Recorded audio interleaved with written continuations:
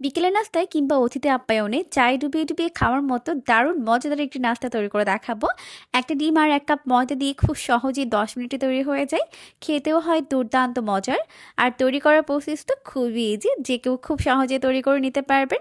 তাহলে চলুন দর্শক, শুরু থেকে শুরু করা যাক। নাস্তা তৈরি করার জন্য প্রথমে একটি বোলের মধ্যে দিয়ে দিব 1 কাপ পরিমাণ ময়দা। এটা হাফ কাপ, তাই এই কাপের 2 কাপ পরিমাণ দিয়ে দিব, তাহলে 1 কাপ হয়ে যাবে। এখন দিয়ে দিলাম 1/4 টিস্পুন পরিমাণ লবণ, আর দিয়ে দিব 4 টেবিল চামচ পরিমাণ চিনি। আর এই 4 টেবিল চামচ চিনিতে কিন্তু একদম পারফেক্ট মিষ্টি হবে। এরপর প্রথমে লবণ আর চিনি ভালো করে ময়দার সঙ্গে মিশিয়ে নিতে হবে।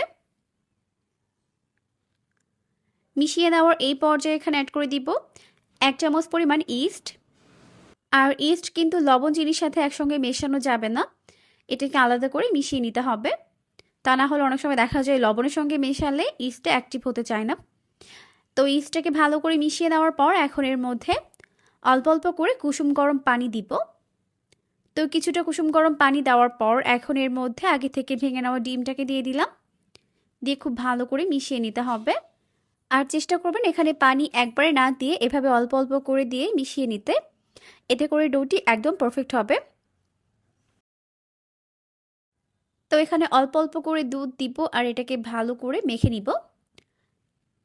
আর আপনারা চাইলে এখানে দুধের পরিবর্তে পানিও ব্যবহার করতে পারবেন, সেক্ষেত্রে কুসুম গরম পানি ব্যবহার করতে হবে। এখন দিয়ে দিলাম 1 টেবিল চামচ পরিমাণ সয়াবিন তেল। এরপর আবারও সব কিছুকে মিশিয়ে নিচ্ছে। তেল দিয়ে মেখে নেওয়ার ফলে এটার হাতের সঙ্গে আঠালোভাবে লেগে যাবে না। তো সফট করে মেখে নেওয়ার পর এখন এটাকে ঢেকে রেখে দিব প্রায় 10 মিনিটের জন্য। আর এই 10 মিনিটের মধ্যে দেখা যাবে ডোটি খুব ভালোভাবে ফুলে সেট হয়ে গেছে। তো যাতে উপরটা ড্রাই না হয়ে যায় তাই উপরে একটু সয়াবিন তেল লাগিয়ে দিচ্ছে। এরপর ঢেকে রেখে দিব প্রায় 10 মিনিটের জন্য।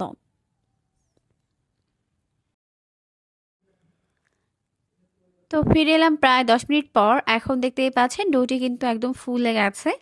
তো এখন এটাকে মথে ভেতরে থাকা বাতাসটিকে বের করে দিচ্ছি। এরপর যে কটা নাস্তা তৈরি করব ওভাবে এটাকে ভাগ করে নিতে হবে।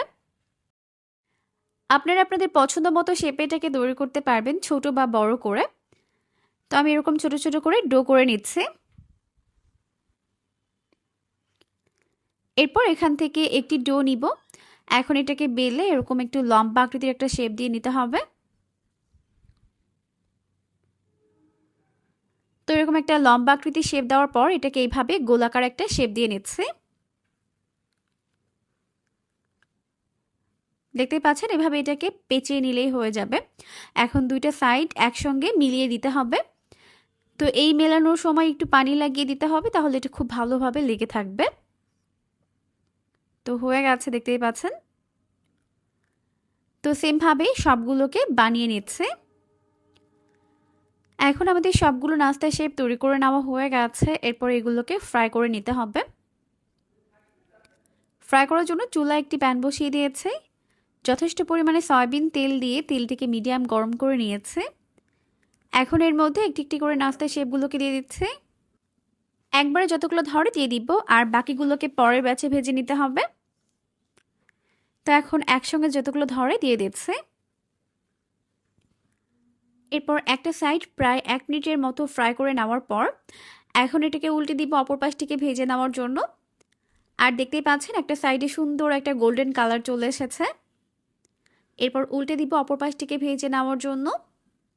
আর এই পর্যায়ে চুলার আঁচটি কিন্তু মিডিয়াম ফ্লেমে থাকবে আর তেলটাও মিডিয়াম গরম থাকবে। এগুলো কিন্তু ডুবো তেলে ভাজা হয়, তবে ভাজার পরে এর মধ্যে তেলের কোনো ট্রেস থাকে না। অনেক বেশি সফট আর তুলতুলে নরম হয় নাস্তাগুলো। চায়ে ডুবিয়ে ডুবিয়ে খাওয়ার জন্য একদমই বেস্ট। বিকেলের নাস্তায় কিংবা অতিথি আপ্যায়নের জন্য ঝটপট বানিয়ে ফেলতে পারবেন। তো ভালোভাবে তেল ঝরিয়ে এখন আমি এগুলোকে তেল থেকে উঠিয়ে নিচ্ছি। এখন বাকি নাস্তাগুলোকেও আমি সেমভাবে ফ্রাই করে উঠিয়ে নিব। এই নাস্তাগুলো দেখতে যেমন ইয়াম্মি ইয়াম্মি হয়, খেতেও কিন্তু হয় দারুণ মজার। একবার কাউকে বানিয়ে খাওয়ালে দেখবেন সে আপনার প্রশংসায় পঞ্চমুখ হবে। এখন চাইলে এভাবেও সার্ভ করতে পারবেন।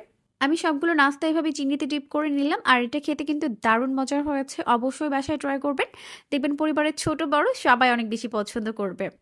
আশা করছি রেসিপিটি আপনাদের কাছে অনেক বেশি ভালো লেগেছে। এরকমই সমস্ত নতুন ভিডিওর আপডেট সবার আগে পাওয়ার জন্য অবশ্যই চ্যানেলটিকে সাবস্ক্রাইব করে রাখবেন।